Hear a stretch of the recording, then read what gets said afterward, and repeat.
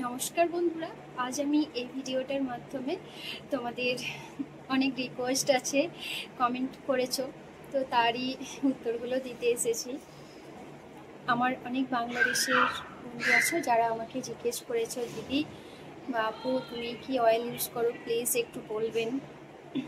তো আজ আমি এই ভিডিওটার মাধ্যমে দেখাবো আমি কি অয়েল ইউজ করি, আর পুরো ভিডিওটা দেখতে থাকো। আর যদি ভালো লাগে তাহলে লাইক কমেন্ট শেয়ার অবশ্যই এই দিদিটার জন্য করে যেও। আর আমার ভিডিও তোমাদের কেমন লাগে সেটাও অবশ্যই জানিও। তো অয়েল নেওয়ার নিয়ম হচ্ছে, আমরা নোংরা চুলে কখনোই অয়েল দেব না। সবসময় হেয়ার পরিষ্কার করার পর আমরা অয়েলটা দেব। আর যখন অয়েলটা দেব আমরা অয়েল নিয়ে কিন্তু আমরা বাইরে কোথাও যাব না, ওয়াশ করে দেবো, এরপর যাবো। আর অয়েল নেওয়ার সব থেকে যেটা নিয়ম হচ্ছে, একটু ম্যাসাজ করতে হয়। জাস্ট এইভাবে নিয়ে নিলাম কিন্তু হবে না, একটু ক্যালভে ম্যাসাজ করে নেবে, অন্তত 2 থেকে 3 মিনিট, যদি 5 মিনিট না হয়। কারণ আমাদের তেলটা তো ক্যালভে পৌঁছাতে হবে, তাই না? আমাদের শুধু চুলের ওপরটায় তেল, মানে পুরো লেন্থটায় তেল লাগালে হবে না, একটু ম্যাসাজ করে নিলে কি হবে, ক্যালভে খুব সুন্দরভাবে তেলটা প্রবেশ হয়ে যাবে। এর ফলে কি হবে, আমাদের হেয়ার লং হবে, স্ট্রং হবে, গ্রোথ হবে, সব কিছু হবে। অয়েল হচ্ছে চুলের একটা খাবার।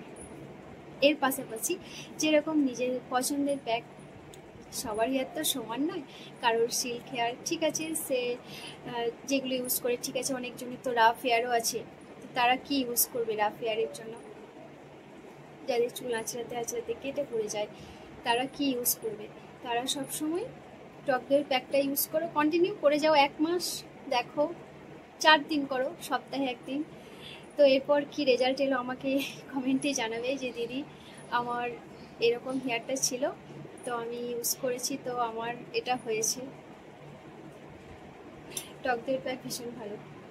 যাদের হেয়ার আমার মতো সিল্ক, তাদের টক দইয়ের প্যাক না লাগালে হবে, তবে টক দই স্কিন এবং চুলের পক্ষে ভীষণ ভালো, ইউজ করতে পারো। সেটা হয়তো মাসে 1 দিন হলো। প্যাক তো লেগেই থাকে না, অ্যালোভেরার প্যাক, আমলা মেথির প্যাক, তারপর অনিয়নের জুস, লেমনের জুস, এগুলো তো হতেই পারে। আর যখন অনিয়নের জুসটা লাগাবে না, নতুন দেখো হেয়ার ফল তো সবার হয়, তো নতুন হেয়ার যাতে গজায় সেই চেষ্টা করতে হবে। তো অনিয়নের জুস ভীষণ ভালো, নতুন হেয়ার গজাতে সাহায্য করে। তো অনিয়নের জুসের সঙ্গে একটু মধু মিক্স করে দেবে। মধু মিক্স করে দিলে কি হয়, যাদের আঁচড়াতে হয়তো আঁচড়াচ্ছ, এখান থেকে দেখলে কেটে পড়ে গেল, ডগাটা ভেঙে পড়ে গেল, সেই সমস্যাগুলো হবে না। দেখো অনেক তো গল্প হলো, চুল সম্বন্ধেই বলছি। হয়তো সবার শুনতে ভালো নাও লাগতে পারে, কিন্তু যে চুল পছন্দ করে তার নিশ্চয়ই ভালো লাগবে।